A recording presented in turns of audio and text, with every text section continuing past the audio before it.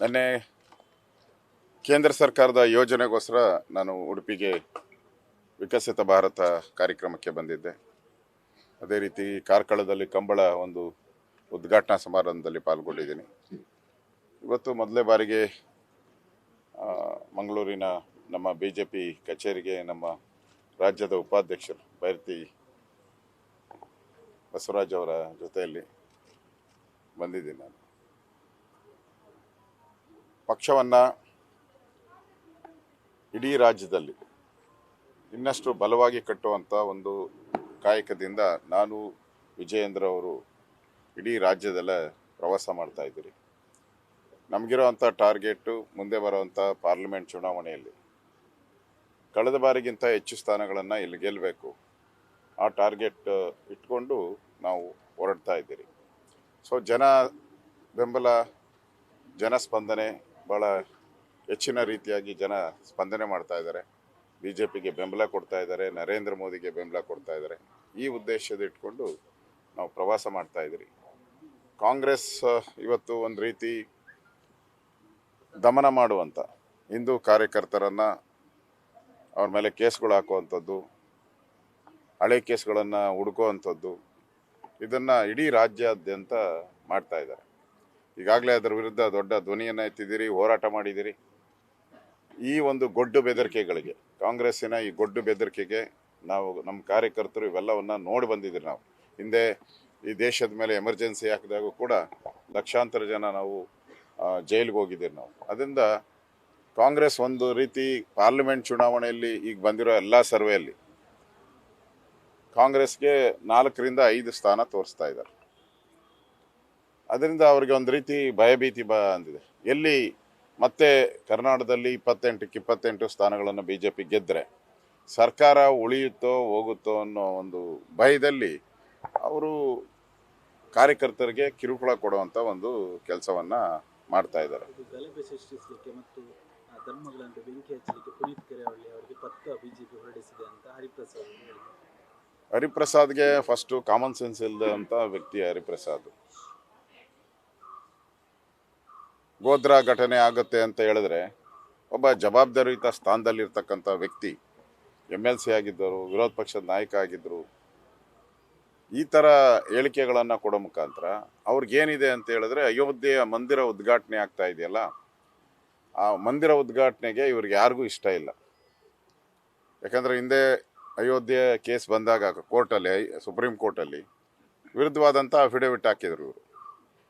ಕಾಂಗ್ರೆಸ್ ಪ್ರೇರಿತವಾದಂಥ ಲಾಯರ್ಸ್ಗಳು ಅಲ್ಲಿ ವಾದ ಮಾಡ್ತಾಯಿದ್ರು. ಆಗ ರಾಮನ ಅಸ್ತಿತ್ವವನ್ನೇ ಪ್ರಶ್ನೆ ಮಾಡಿದರು. ರಾಮನ ಡೇಟ್ ಆಫ್ ಬರ್ತ್ ಕೇಳದಂಥ ವ್ಯಕ್ತಿಗಳು ಕಾಂಗ್ರೆಸ್ ಅವರು. ಅದೃಷ್ಟ ಈಗ ಅವ್ರಿಗೇನನ್ಸಿದೆ, ಎಲ್ಲ ಕಡೆ ರಾಮ ರಾಮ ರಾಮ ಅಂತ ಆಗಿದೆ. ದಿನ ಮಾಧ್ಯಮದಲ್ಲೂ ಕೂಡ ರಾಮನೇ ಬರ್ತಾ ಇದ್ದಾನೆ, ಎಲ್ಲ ಕಡೆಯೂ ರಾಮ ರಾಮ ಅಂತ ಆಗ್ತಾ ಇರೋದ್ರಿಂದ ಅವ್ರಿಗೊಂಥರ ಭಯ ಸೃಷ್ಟಿಯಾಗಿದೆ. ನಮ್ಮ ಸರ್ಕಾರ ಬಿದ್ದೋಗ್ಬಿಡುತ್ತೆ ಅನ್ನೋ ಭಯದಿಂದ ಅವರು ಹರಿಪ್ರಸಾದ್ ಅಂತವರು, ಆಮೇಲೆ ಅವರ ಸಿದ್ದರಾಮಯ್ಯನವರ ಮಗ ಯತೀಂದ್ರ ಸಿದ್ದರಾಮಯ್ಯನವರು,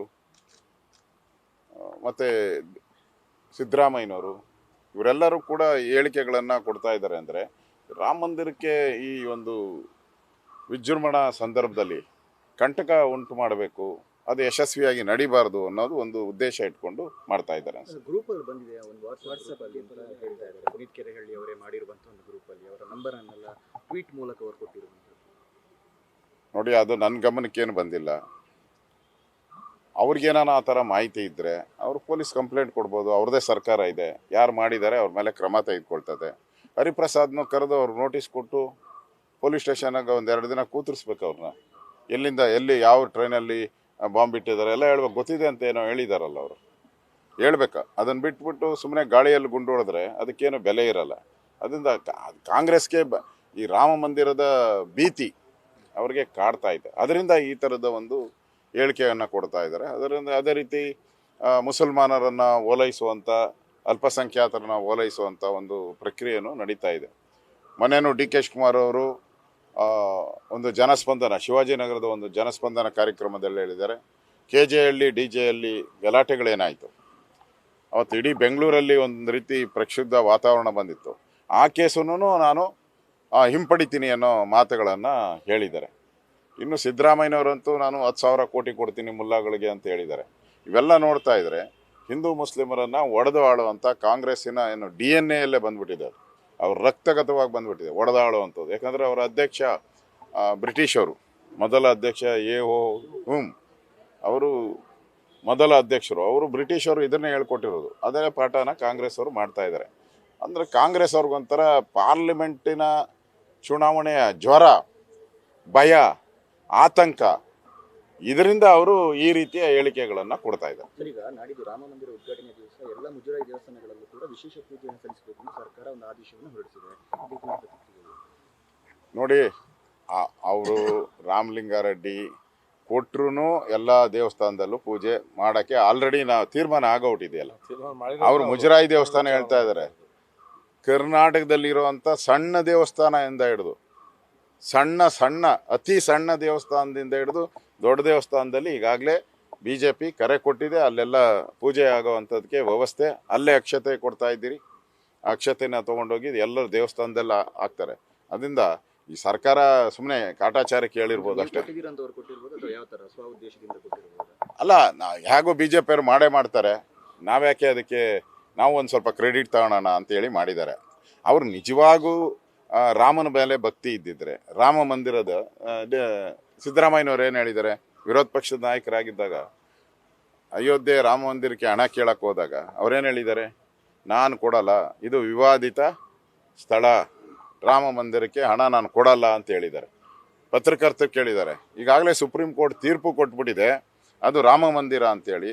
ಹಾಗಾದರೆ ಸುಪ್ರೀಂ ಕೋರ್ಟ್ ತೀರ್ಪನ್ನು ನೀವು ಉಲ್ಲಂಘಿಸ್ತೀರಾ ಅಂದರೆ, ನೋಡ್ರಿ, ಏನೇ ಇದ್ರೂ ನನಗಿಷ್ಟ ಇಲ್ಲ, ಅದು ಡಿಸ್ಪ್ಯೂಟೆಡ್ ಲ್ಯಾಂಡ್ ಅಂತ ಹೇಳಿದ್ದಾರೆ. ಅವತ್ತು ಹೇಳಿದ್ದಾರೆ, ಇವತ್ತು ಹೇಳಿದ್ದಾರೆ. ಅದರಿಂದ ಏಕಾಏಕಿ ಅವ್ರಿಗೆ ಪೂಜೆ ಮಾಡಬೇಕು ಅಂತ ಏನು ಒಳ್ಳೆ ಬುದ್ಧಿ ಹೆಂಗೆ ಬಂತು ಅಂತ ನನಗೂ ಅರ್ಥ ಆಗ್ತಾ ಇಲ್ಲ. DKC ಹೇಳಿದರೆ ನಾನು ರಾಮ ಭಕ್ತ, ನಾನು ಹಿಂದೂ, ಆದರೆ ಪ್ರಾಣ ಪ್ರತಿಷ್ಠೆಗೆ ಏನು ಆಹ್ವಾನ ಕೊಡಲಿಲ್ಲ. ನೋಡಿ, ಅದು ಅಲ್ಲಿ ಯಾರು ಪ್ರಾಣ ಪ್ರತಿಷ್ಠೆಗೆ ಹೋಗಬೇಕು ಅನ್ನೋದು ಈಗಾಗಲೇ ತೀರ್ಮಾನ ಆಗಿ ಎಲ್ಲರಿಗೂ ಇನ್ವಿಟೇಷನ್ಸನ್ನು ಹೋಗಿದೆ. ಅಲ್ಲಿನ ಉತ್ತರ ಪ್ರದೇಶದ ಮುಖ್ಯಮಂತ್ರಿ, ರಾಜ್ಯಪಾಲರು ಅಲ್ಲಿಗೆ ಸಂಬಂಧಪಟ್ಟಿದ್ದು ಕೊಟ್ಟಿದೆ. ಯಾವುದೇ ಮುಖ್ಯಮಂತ್ರಿಗೆ ಏನು ಕೊಟ್ಟಿಲ್ಲ. ಮುಖ್ಯಮಂತ್ರಿಗೆ ಕೊಟ್ಟಿಲ್ಲ ಅಂದಮೇಲೆ ಉಪಮುಖ್ಯಮಂತ್ರಿಗೆ ಎಲ್ಲಿ ಕೊಡೋಕ್ಕೆ ಬರ್ತೈತೆ?